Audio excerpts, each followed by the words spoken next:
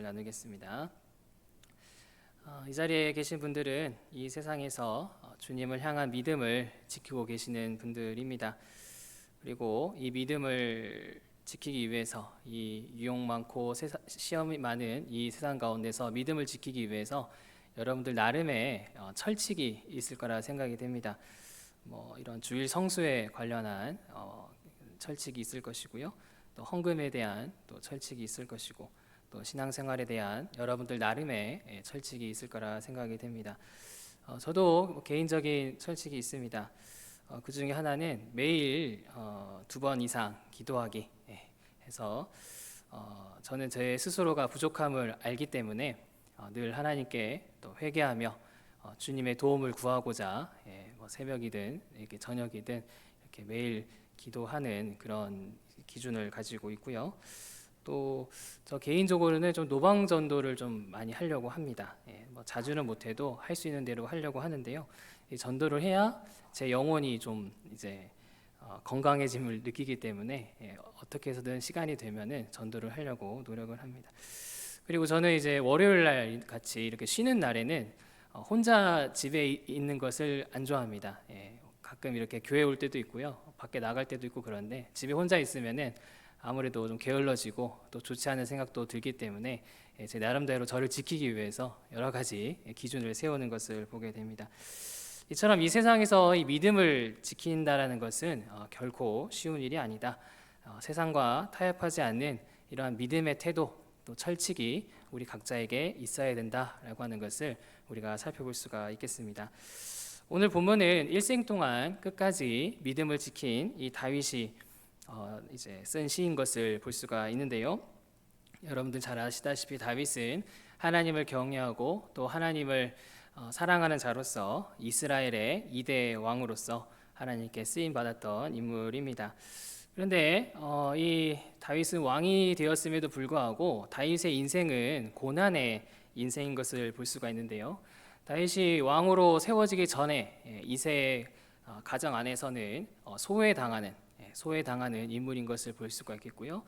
또 사무엘을 통해서 기름을 부으고 기름 부음을 받고 또 이제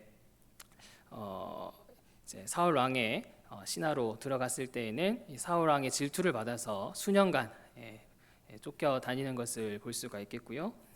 또 왕이 된 이후에는 이제 우리아를 죽이는 사건, 또 밧세바를 또 간음하는 사건으로 인해서 큰 위기를 또 겪었던 다윗의 모습도 있겠고요. 또 자신의 아들 압살롬의 반역으로 인해서 또 이제 위험에 처하고 고난을 당하는 이 다윗의 모습을 볼 수가 있습니다. 자, 그런데 이 다윗에 대해서 이 사도행전 13장 22절에 보면은 하나님께서 다윗을 뭐라고 평가하시냐면은 내 마음에 맞는 사람이라. 다윗은 내 마음에 맞는 사람이다라고 평가하는 것을 볼 수가 있겠고요. 그리고 히브리서 11장 32절에 보면은 이제 구약의 대표적인 믿음의 사람들이 등장을 하는데 여기에 바로 다윗이 속해 있는 것을 볼 수가 있습니다. 그래서 이 다윗은 믿음의 삶을 살아가기 힘쓴 인물이다. 물론 죄를 범할 때도 있었고 넘어질 때도 있었지만 다시금 회개하고 돌이키고 끝까지 믿음의 삶을 살아내기 힘쓴 인물이 다윗이다. 하나님이 인정할 만큼 그렇게 헌신했던 다윗인 것을 볼 수가 있습니다. 그래서 마찬가지로 저와 여러분들도 이 세상에서 하나님의 백성의 삶을 살아내야 되는데 여러 가지 고난과 어려움들이 있습니다. 그리고 이 세상의 그런 고난, 또 시험, 유혹으로 인해서 우리가 믿음의 태도가 무엇이지? 내가 어떤 삶을 살아야 되지? 라는 걸 잊어버릴 때도 있는 것을 우리가 볼 수가 있습니다. 따라서 오늘 본문은 하나님의 백성으로서 가져야 될 믿음의 태도가 무엇인가? 하나님의 백성으로서 가져야 될 믿음의 태도가 무엇인지를 가르쳐주는 본문이라 할 수가 있겠습니다. 자, 그렇다면 하나님의 백성으로서 가져야 할 믿음의 태도가 무엇인가? 첫째로 주님께서 베푸신 은혜를 감사하고 만족하는 태도입니다. 주님께서 베푸신 은혜에 감사하고 만족하는 태도가 믿음의 태도인 것을 볼 수가 있습니다. 본문 1절 2절 말씀해 보시면요. 본문 1절 2절 제가 읽겠습니다. 여호와는 나의 목자시니 내게 부족함이 없으리로다. 그가 나를 푸른 풀밭에 누이시며 쉴 만한 물가로 인도하시는도다 라고 말하고 있습니다. 네. 그래서 이 구절에 등장하는 이 양에 대해서 여러분들 잘 아시겠지만은 양은 초식 동물이고 또 시력도 안 좋고 달리기도 빠르지도 않고 겁도 많고, 그래서 혼자서는 결코 생존할 수 없는 동물. 그래서 목자가 도와줘야만이 살아남을 수 있는 이제 동물이 양인데요. 그래서 이 다윗은 자신은 마치 양과 같은 존재, 그리고 하나님은 마치 목자와 같은 존재라고 얘기를 하면서 하나님께서 자신을 여기 2절 말씀처럼 푸른 불밭에 누워 주시기도 하시고 또 쉴 만한 물가로 인도하시면서 자신에게 은혜를 베풀어 주셨고 그 은혜에 감사하고 만족하는 이러한 다윗의 모습을 볼 수가 있습니다. 1절에 나온 것처럼 내게 부족함이 없으리로다. 하나님이 베푸신 그 은혜와 공급하신 것들에 대해서 감사하고 만족하는 이 다윗의 모습을 볼 수가 있습니다. 자, 그리고 3절 말씀에 보시면요, 3절 말씀에 내 영혼을 소생시키시고 자기 이름을 위하여 의의 길로 인도하시는도다. 그래서 하나님께서는 이 다윗의 영혼, 다윗의 마음, 다윗을 소생시키시고 또 건강케 하시고 또 주님께서 의의 길로 인도해 주시는 하나님의 은혜를 고백하는 다윗의 모습을 볼 수가 있는데요. 자, 그런데 우리가 알다시피 다윗의 삶은 인간적으로 봤을 때 그렇게 평탄한 삶이 아니었고요. 고난이 많았고 어려움이 많았던 것이 다윗의 인생이었습니다. 특별히 이 사무엘상 16장을 보시면은 사무엘이 이 다윗을 만나기 위해서, 다윗에게 기름 부으기 위해서 이 이새의 집에 갔는데요. 이새의 집에 딱 갔을 때 사무엘이 만난 것은 다윗의 형들 7명만 만났고 다윗은 그 자리에 없었습니다. 왜냐하면은 양을 치고 있었고요. 이새가 그 다윗을 부르지 않은 것이죠. 별로 중요하게 생각하지 않았고 소외됐던 인물이, 가정에서 소외됐던 인물이 바로 다윗인 것을 볼 수가 있습니다. 자, 그리고 이 이새의 이제 부탁으로 인해서 양식을 가지고 다윗이 사무엘상 17장에서 양식을 가지고 이 블레셋과의 전쟁터에 형들에게 양식을 전해주기 위해서 갔는데요. 그때 이 골리앗의 하나님을 모욕하는 소리를 듣게 됩니다. 자, 그러니까 다윗이 이제 분노하고 이제 화를 내는 걸 볼 수가 있는데요. 이때 이 다윗의 형인 엘리압이, 큰형 엘리압이 뭐라고 얘기하냐면은 네가 어찌하여 이리로 내려왔느냐? 들에 있는 양들은 누구에게 맡겼느냐? 나는 내 교만과 내 마음의 완악함을 아노니 내가 전쟁을 구경하러 왔도다 라고 말하고 있습니다. 그래도 자신의 동생인데 좀 반갑게 좀 인사도 할 법한데 완전 무시하고 약간 저주와 같은 그런 표현으로 다윗을 미워하는 이런 엘리압의 모습을 볼 수가 있습니다. 자, 그래서 사실 다윗 입장에서는 불평할 수 있고요, 또 좌절할 수 있고 원망할 수 있습니다. 이런 가정 형편에서 이러한 대우를 당하니 얼마나 마음이 힘들겠습니까?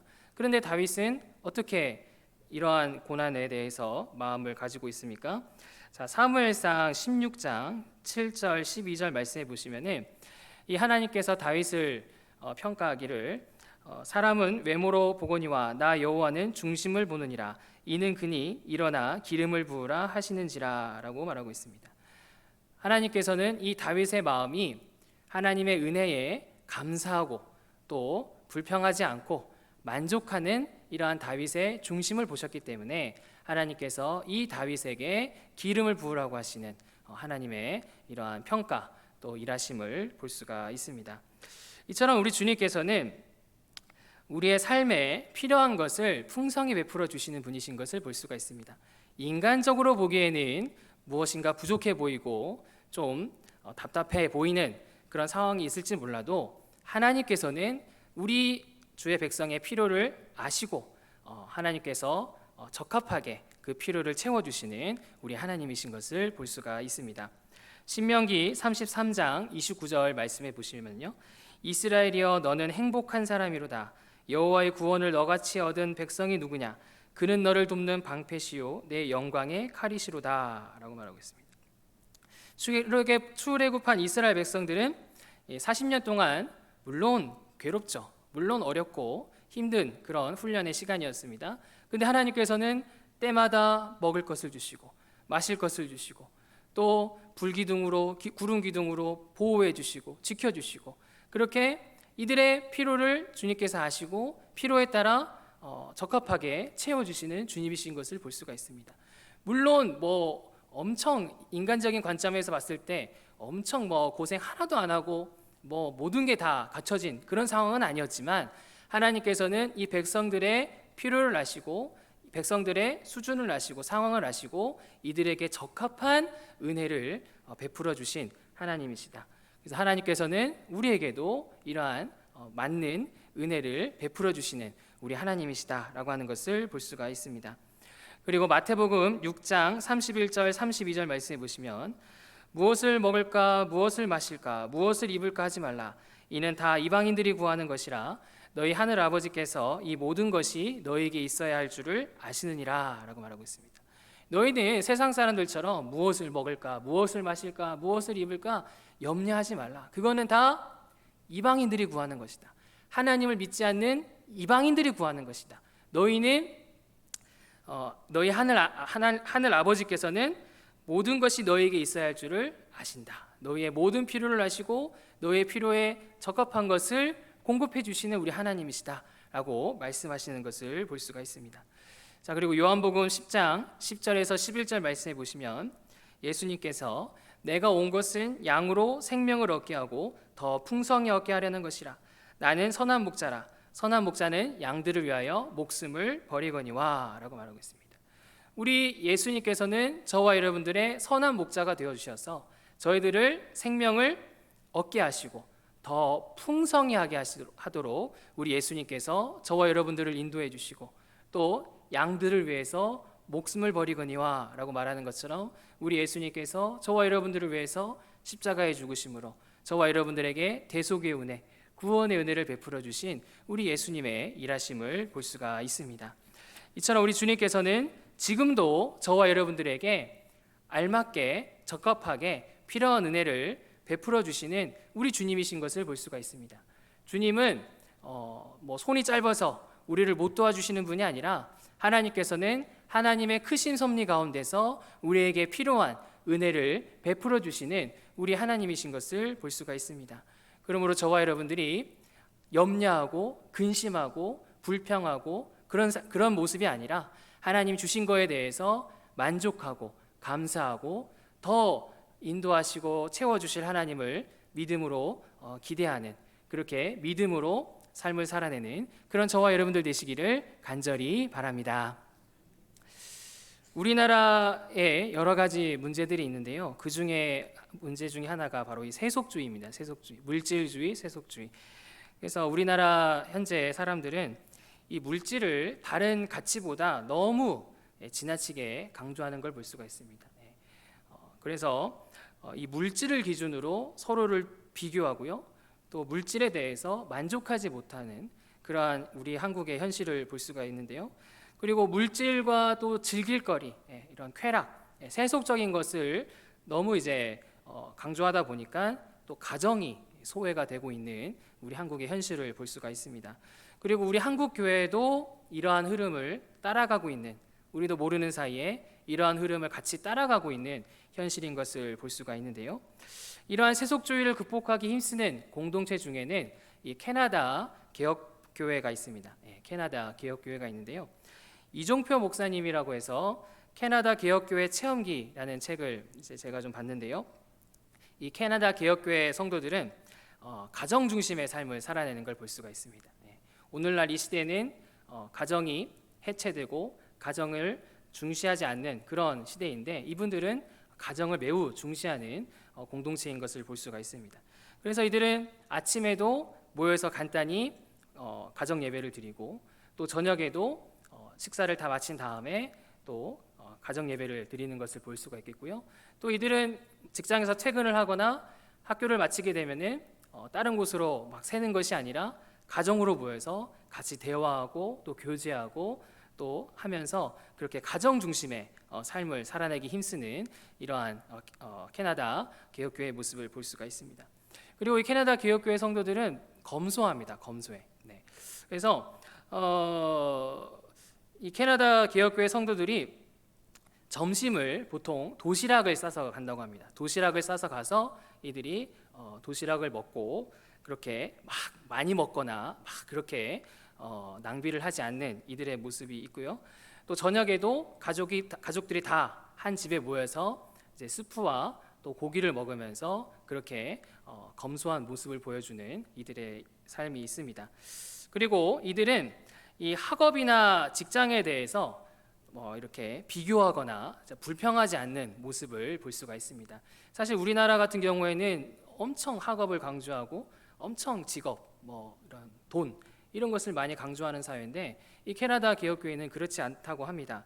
그래서 캐나다 대학 진학률이 한 50% 된다고 합니다. 우리나라는 거의 80% 가까이 되는데 캐나다는 50%가 되는데 이 캐나다 기독교회 성도들은 대부분 이제 대학을 가지 않고 그냥 고졸에서 끝내서 자신들에게 적합한 직업으로 이렇게 직장을 살아내고 이것에 대해서 비교를 한다거나 불평하지 않는 이들의 모습을 볼 수가 있습니다. 그래서 캐나다는 기독교 국가이기도 하고 또 우리나라와 여러 가지로 복지 제도라든지 다르기 때문에 우리가 이렇게 무조건 이제 비교할 수는 없는 부분이 있지만 우리가 이들의 모습을 보면서 이 세속주의를 어떻게든 따라가지 않으려고 하고 어떻게든 검소하려고 하고 어떻게든 감사하고 만족하려는 삶은 우리가 배워야 될 삶이다.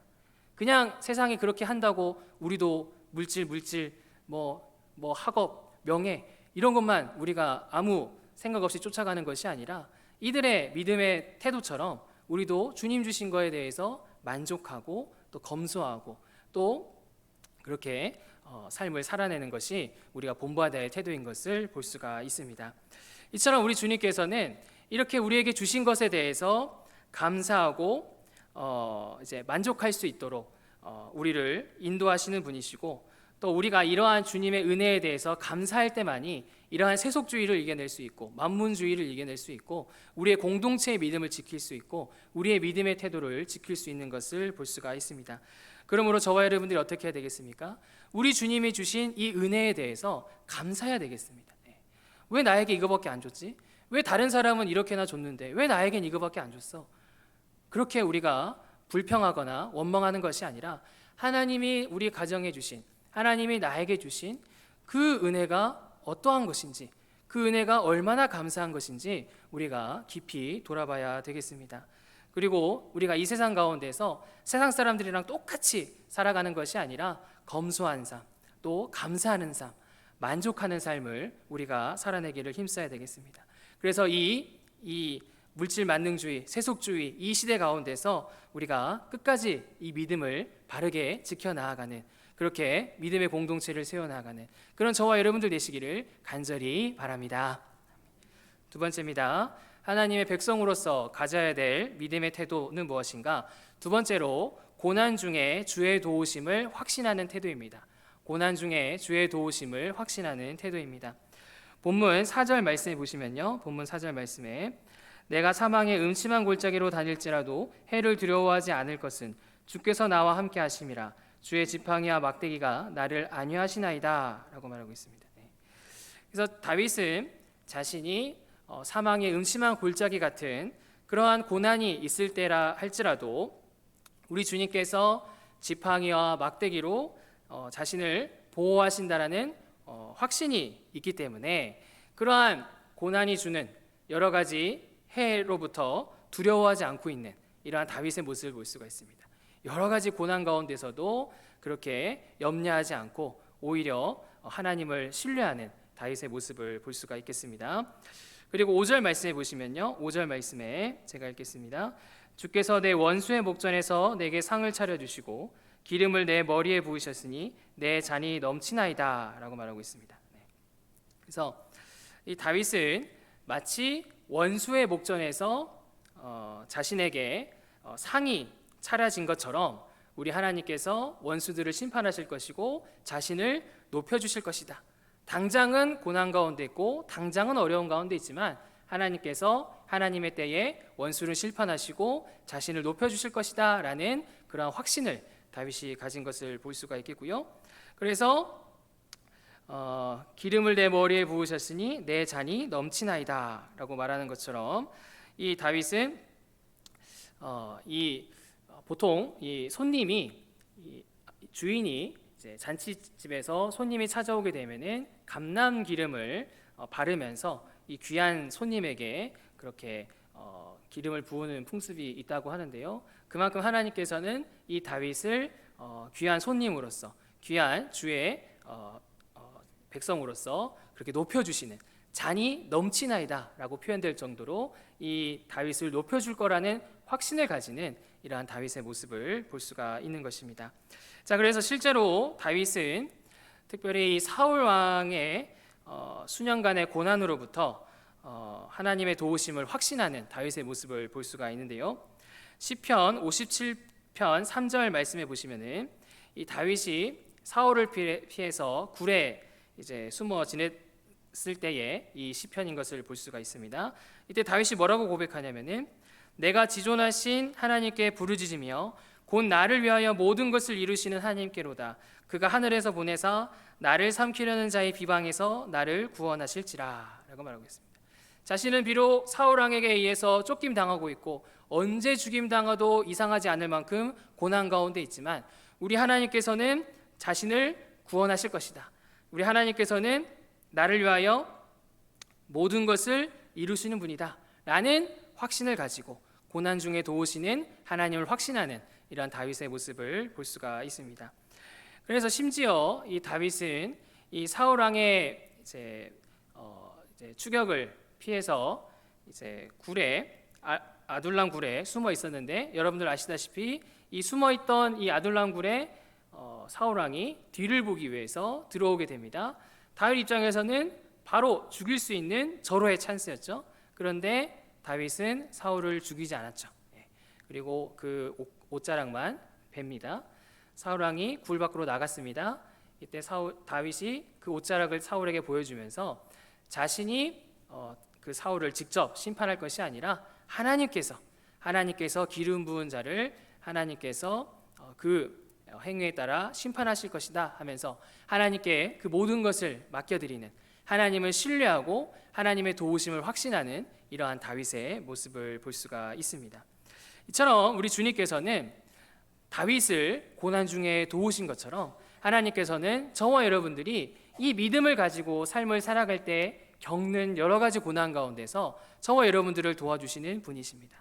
우리가 고난에 있다고 하나님이 못 도와주시는 분이 아니라 우리 하나님께서는 더 우리를 바라보시고 더 예배하시고 도와주시는 하나님이신 것을 우리가 말씀을 통해 살펴볼 수가 있습니다.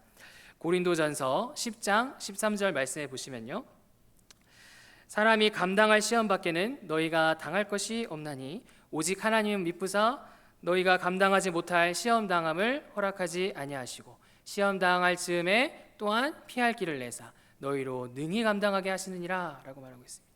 주님은 우리에게 감당할 수 있는 시험을 주시는 분이시다.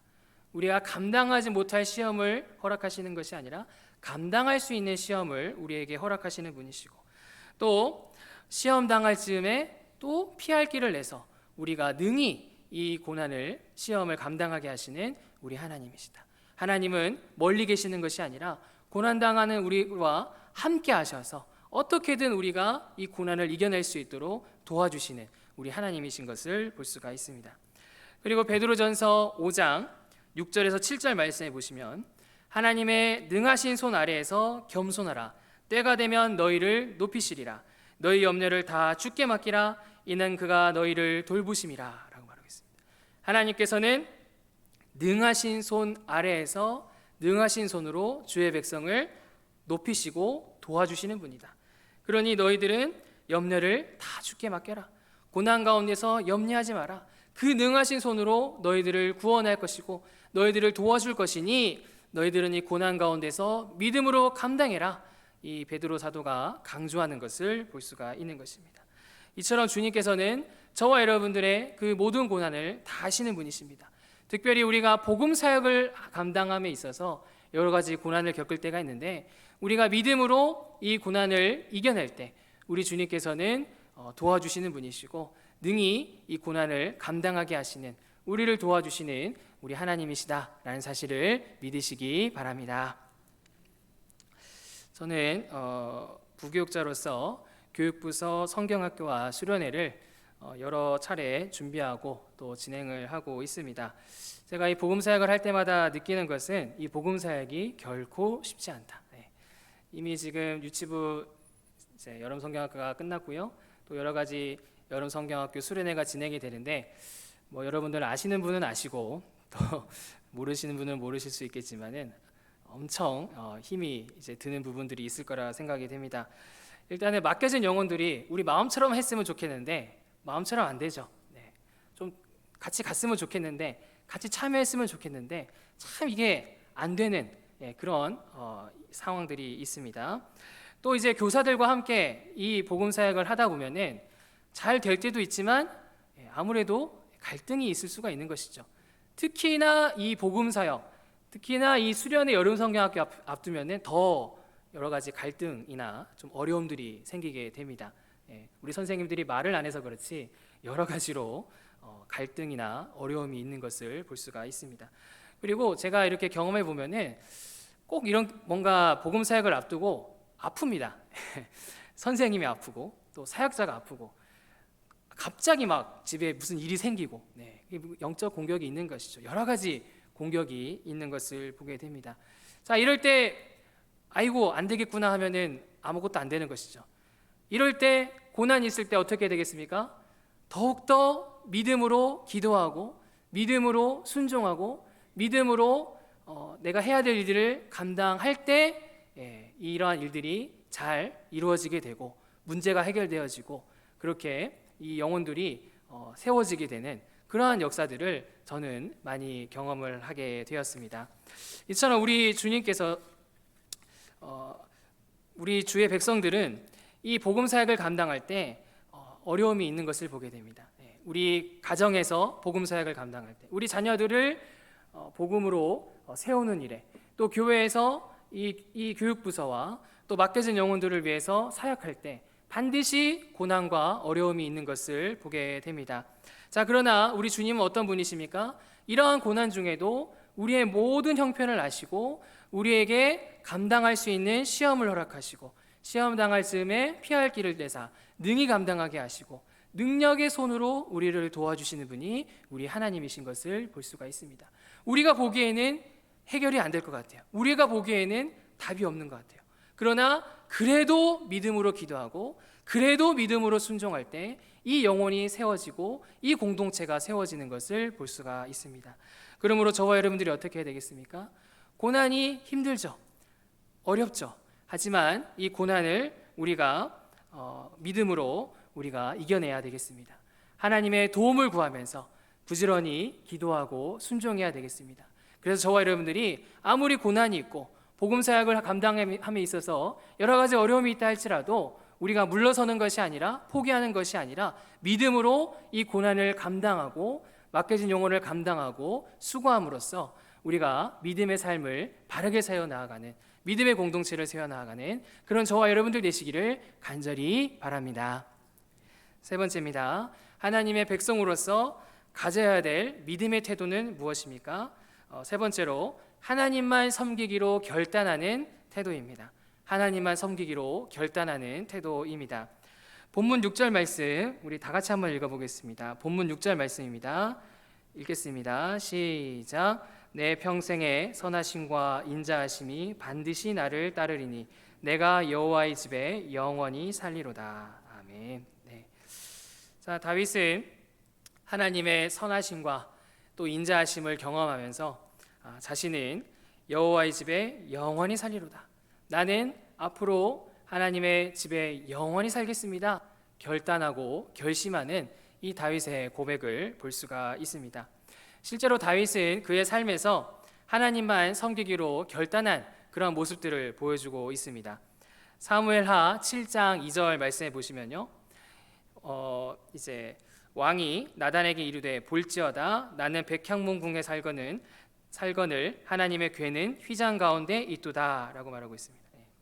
다윗이 여러 가지 어려움들을 이겨내고 사울의 핍박을 이겨내고 이제 예루살렘에서 이스라엘의 왕으로 세워지게 됐는데 그것으로 만족하는 것이 아니라 성막에 있는 언약궤를 이 성전에다가 옮김으로써 다시금 이 자신의 이스라엘의 주인은 하나님이시요 또 이 하나님 나라를 이루실 우리 하나님을 섬기고자 하는, 높이고자 하는, 일하고자 하는 이러한 다윗의 고백의 태도를 볼 수가 있습니다.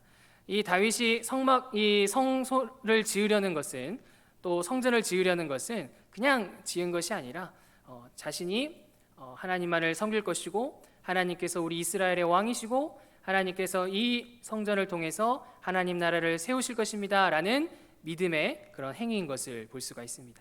이처럼 다윗은 이러한 하나님만을 섬기겠습니다 결단하는 이러한 모습을 우리가 살펴볼 수가 있겠습니다. 자, 그리고 시편 51절 10절 말씀해 보시면은 이 다윗이 밧세바를 간음하고 범죄하였을 때 이 나단을 통해서 자신의 죄를 깨닫게 되었습니다. 이때 다윗이 뭐라고 고백하냐면은 나를 주 앞에서 쫓아내지 마시며 주의 성령을 내게서 거두지 마소서라고 말하고 있습니다. 자신이 범죄하였을 때, 자신의 죄를 깨달았을 때, 뭐 그럴 수도 있지. 내가 왕인데 뭐 좀 실수할 수 있는 거 아니야? 이렇게 뻔뻔한 태도가 아니라 철저하게 자신의 죄를 인정하면서 회개하면서 하나님의 도움을 구하면서 나를 주 앞에서 쫓아내지 마시옵소서, 주의 성령을 내게서 거두지 마시옵소서 하며 철저하게 하나님께 낮아지면서 하나님을 높이는, 하나님의 도움을 구하는, 그렇게 하나님을 섬기는 태도로 돌이키는, 하나님만 믿으려는 태도, 하나님만 섬기려는 태도로 돌이키는 이러한 다윗의 모습을 볼 수가 있는 것입니다. 이처럼 다윗은 하나님만 섬기기로 결단하고 그렇게 믿음의 삶을 살아낸 것을 볼 수가 있는데요, 마찬가지로 하나님께서는 저와 여러분들에게도 이러한 믿음의 결단을 요구하시는 것을 볼 수가 있습니다.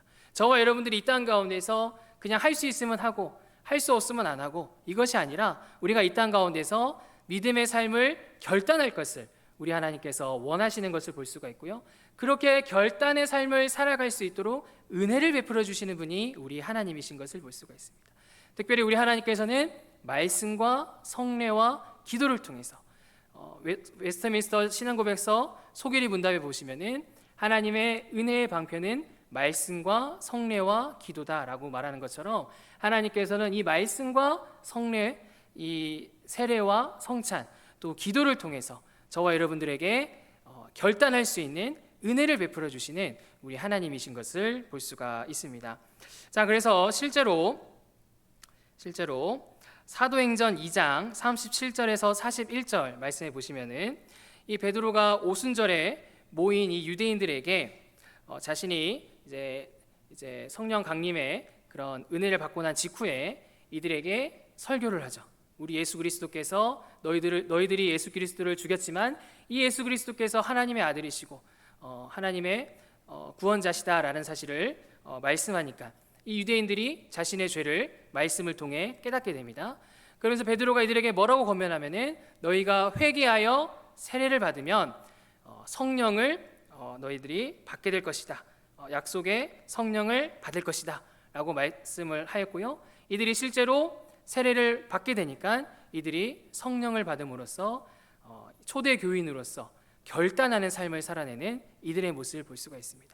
초대교회 성도들이, 이 유대인들이 잘나서 회개하고 잘나서 그렇게 결단한 것이 아니라 말씀을 통해서 회개할 수 있었고, 이들이 세례를 받고 또한 세례를 받고 회개하는 과정을 통해서 이들이 결단의 삶을 살아낸 것을 볼 수가 있습니다.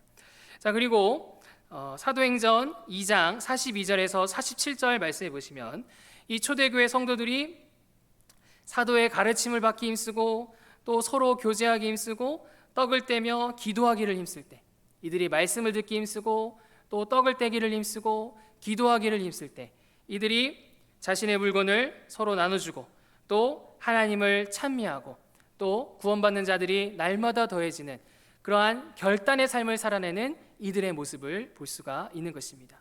이들은 그냥 된 것이 아니라 말씀과 또 기도와 또 성례를 통해서 이러한 결단의 삶을 살아내는 변화되는 이들의 모습을 볼 수가 있습니다. 이처럼 주님께서는 저와 여러분들에게도 말씀을 통해서 또 주일에 시행되는 세례와 성찬을 통해서 또 저와 여러분들이 기도하는 평소에 드리는 이 기도를 통해서 우리 하나님께서는 결단할 수 있는 은혜를 베풀어 주시는 우리 하나님이시다라는 사실을 믿으시기 바랍니다.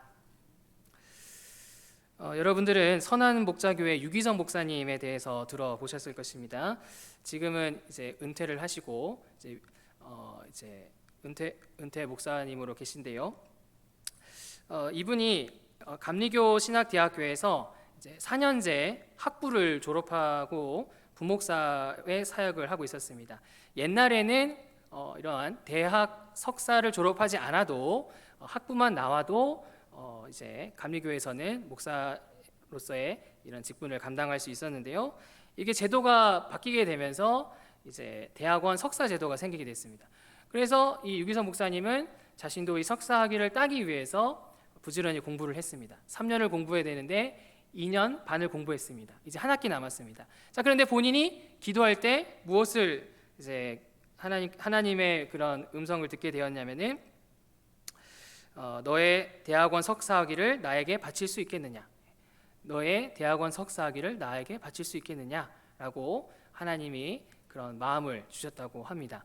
자, 왜 그러냐면은 이 유기성 목사님의 아버지가 목회자 분이신데 어린 시절에 많이 이제 재정적으로 어려워서 많이 힘들었다고 합니다. 그래서 유기성 목사님은 본인이 목회를 하게 되면 세상적으로 이제 성공하는 목회자, 그래서 재정적으로 어려움을 겪지 않는 목회자가 되어야겠다라는 결심을 하게 됐고 더 좋은 교회에서 사역하기 위해서 이렇게 석사학위를 따려고 하고 있었는데 하나님이 그 마음을 아신 거죠.